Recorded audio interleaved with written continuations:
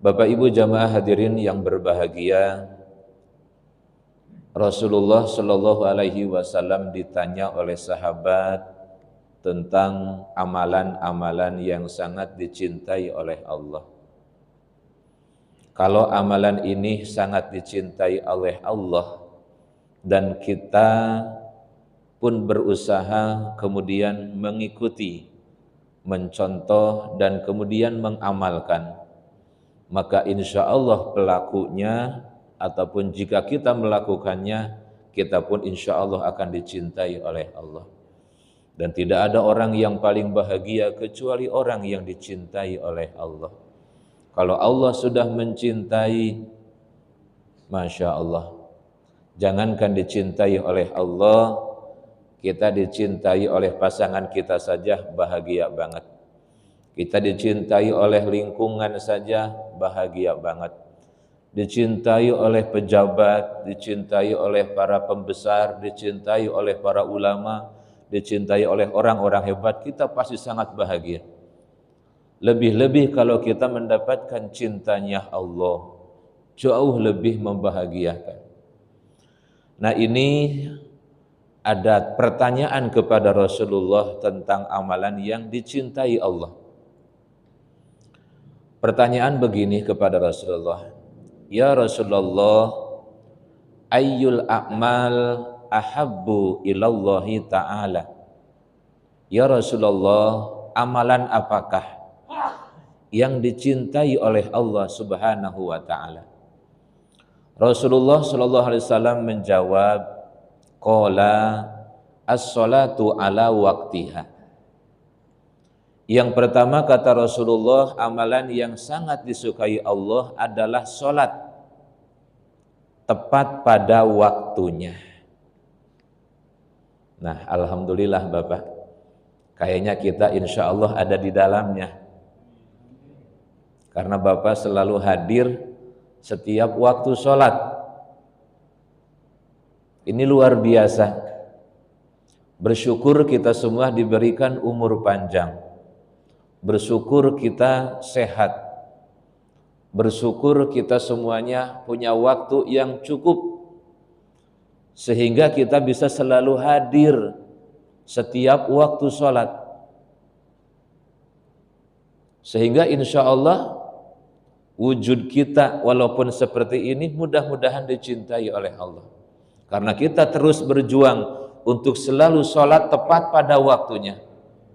Bahkan tidak hanya tepat pada waktunya, kita pun terus berjuang sholat di awal waktu. Kita perjuangkan. Bahkan tidak hanya di awal waktu, kita perjuangkan sholat selalu berjamaah.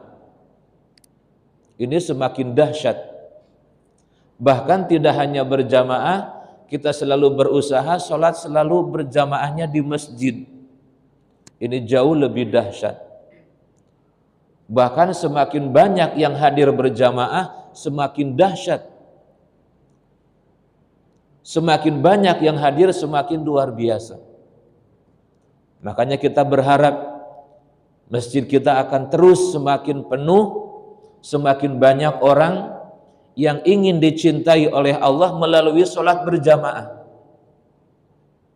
Mudah-mudahan tidak hanya diri kita, tetangga kita, saudara kita, sahabat kita, keluarga kita berbondong-bondong untuk sholat bersama-sama agar dicintai oleh Allah Subhanahu wa ta'ala.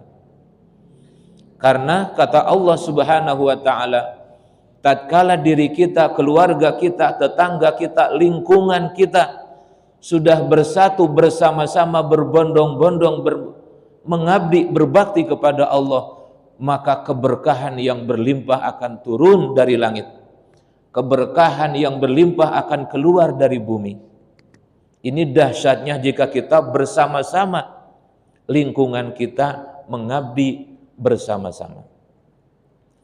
Bahkan dalam riwayat Allah memberikan apresiasi atau Allah memberikan hadiah keistimewaan kepada orang yang selalu mengistimewakan ibadah sholat, yang betul-betul bersungguh-sungguh di dalam sholat, betul-betul menjaga dalam sholat. Di antaranya Inna sholata tanha anil fahsya'i wal munkar. Orang yang rajin sholat, nanti keburukan-keburukannya akan berhenti. Keburukan sifat-sifat buruknya akan hilang. Sifat-sifat tercelanya akan hilang. Kalau kita ingin menghentikan sifat keburukan, ingin menghilangkan sifat buruk dalam diri kita, maka istiqomahkan dalam sholat. Bahkan di antara apresiasi Allah di hari kiamat nanti kepada orang yang rajin menjaga sholat, kata baginda Rasul, siapa orang yang tatkala dia azan berkumandang, selesai azan, kemudian dia segera berwudu untuk melaksanakan ibadah sholat, maka Allah nanti akan memberikan hadiah berupa wajahnya bercahaya bagaikan bintang-bintang. Masya Allah. Bahkan siapa orang yang berwudu tatkala azan. Jadi kalau yang tadi mah setelah adzan baru wudu, wajahnya bercahaya bagaikan bintang. Kalau yang ini berwudu tatkala azan berkumandang, maka dia akan diberikan oleh Allah hadiah berupa wajahnya bercahaya bersinar bagaikan bulan purnama. Bahkan kata Rasul, siapa orang yang dia sudah bisa ada di masjid sebelum azan tiba, azan belum berkumandang tapi sudah ada di masjid, maka kata Rasul, orang ini akan diberikan hadiah keistimewaan apresiasi dari Allah berupa wajahnya bercahaya bagaikan matahari. Amin ya robbal. Inilah Bapak hadirin, dan masih banyak keistimewaan orang yang menjalankan ibadah sholat. Terlalu banyak kalau kita uraikan, minimal segitu saja.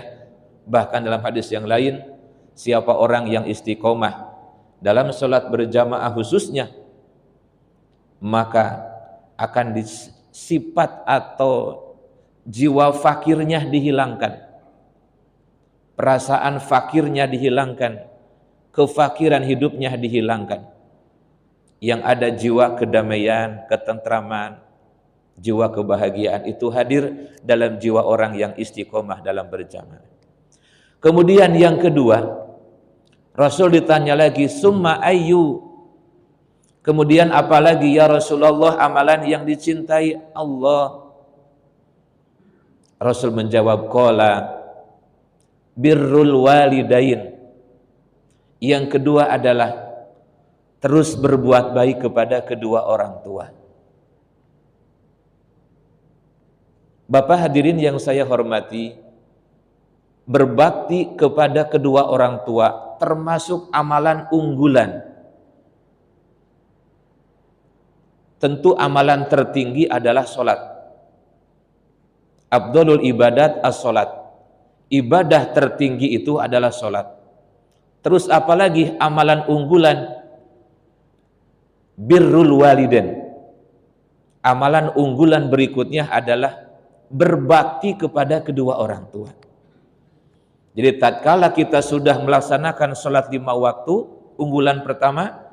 Yang kedua, jangan berhenti berbuat baik kepada orang tua. Bersyukurlah kepada kita, bersyukurlah kepada Allah, bersyukurlah kepada orang tua kita yang orang tuanya masih ada. Walaupun sudah tiada pun tetap bersyukur, karena bakti sama orang tua tidak terputus gara-gara sudah tiada. Namun tatkala orang tua masih ada, itu jauh lebih dahsyat sarana untuk meraih amalan unggulan. Sampai Allah menghususkan hadis tentang ridho Allah. Biasanya kata Rasul, Allah itu merahasiakan amalan apa yang membuat Allah ridho. Tapi kalau bakti sama orang tua, pasti Allah ridho. Kita berbuat amalan-amalan lain, kebaikan lain belum tentu Allah ridho. Tapi kalau amalan kepada kedua orang tua pasti Allah ridho. Hadisnya dikhususkan. Sebagaimana kata Rasul, ridallah fi ridal walidin. Ketika kita bisa meraih ridho orang tua, di situ Allah langsung ridho. Ketika kita bisa menyenangkan orang tua, di situ Allah senang. Ketika kita bisa membuat orang tua gembira, di situ Allah juga gembira kepada kita. Bersyukurlah hidup kita tatkala orang tua kita ridho kepada kita, senang kepada kita, cinta kepada kita, bahagia dengan kita, bangga dengan kita. Di situ Allah pun seperti itu kepada kita. Kalau Allah sudah ridho, Allah sudah cinta, bahagia yang akan dirasa, bahagia yang akan diraih. Tapi sebaliknya hadirin, kita selaku anak-anak di hadapan orang tua kita, jangan sampai ada sikap, ada perilaku, tutur kata yang membuat mereka marah, yang membuat mereka kecewa, yang membuat mereka murka, yang membuat mereka terluka. Karena jika terjadi seperti ini, saat itu juga Allah marah. Saat itu juga Allah murka. Saat itu juga Allah kecewa. Tatkala Allah murka, Allah kecewa, Allah marah, maka kerugian, kebinasaan yang akan diraih, naudzubillah min dzalik. Maka hadirin, perjuangkanlah sisa umur kita, jaga sikap kita dengan orang tua, agar kita punya amalan sebanyak dan sedikit apapun bisa mengantarkan kepada ridho dan surganya Allah. Ini yang kedua. Kemudian yang ketiga, summa ayyu, kemudian apalagi ya Rasulullah? Rasul menjawab, qala al jihadu fi sabilillah. Amalan berikutnya adalah berjihad di jalan Allah. Rasul pernah menyatakan, roja'na min jihadil asgor ila jihadil akbar. Roja'na min jihadil asgor ila jihadil akbar. Kami ini, kita ini, kata Rasul, baru saja berperang dari perang yang kecil. Padahal saat itu Rasul telah berperang, merupakan perang terbesar. Tapi Rasul mengatakan itu kita baru pulang dari perang kecil dan akan menuju perang yang lebih besar. Kemudian kata para sahabat, ya Rasul, apakah masih ada perang yang lebih besar daripada ini? Rasul menjawab, ada, yaitu al-jihadun nafs, yaitu berperang melawan hawa nafsu. Jadi perang melawan hawa nafsu itu termasuk jihad fi sabilillah. Bahkan pahala terbesar itu bukan perang dengan orang kafir. Ternyata perang terbesar adalah perang dengan hawa nafsu. Kalau perang dengan orang kafir, ada waktunya, ada masanya, ada tempatnya. Tapi beda dengan perang hawa nafsu. Hawa nafsu mah 24 jam kita perang terus. Kemanapun kita pergi, sedang dalam kondisi apapun, kita diperangi terus, dan kita pun perang terus. Maka pantas jika Bapak wafat dalam kondisi sedang perang melawan hawa nafsu, Bapak mendapat gelar mujahid. Kalau sampai wafat, gelarnya syahid. Jadi Bapak untuk mendapat gelar mujahid, saat ini bisa. Teruslah perangi hawa nafsu. Ingin dapat gelar syahid, teruslah kalahkan hawa nafsu. Jika sampai wafat gara-gara mengalahkan nafsu, Bapak gelarnya mujahid, wafatnya syahid.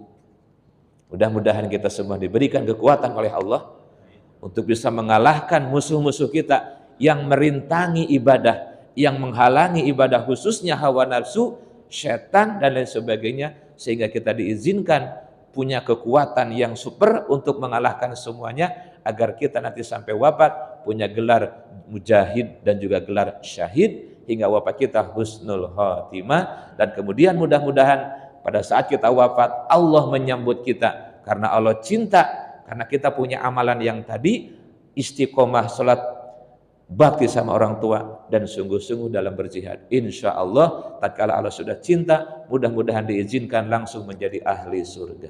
Amin ya rabbal alamin. Demikian sekelumit kultum singkat, mudah-mudahan bermanfaat.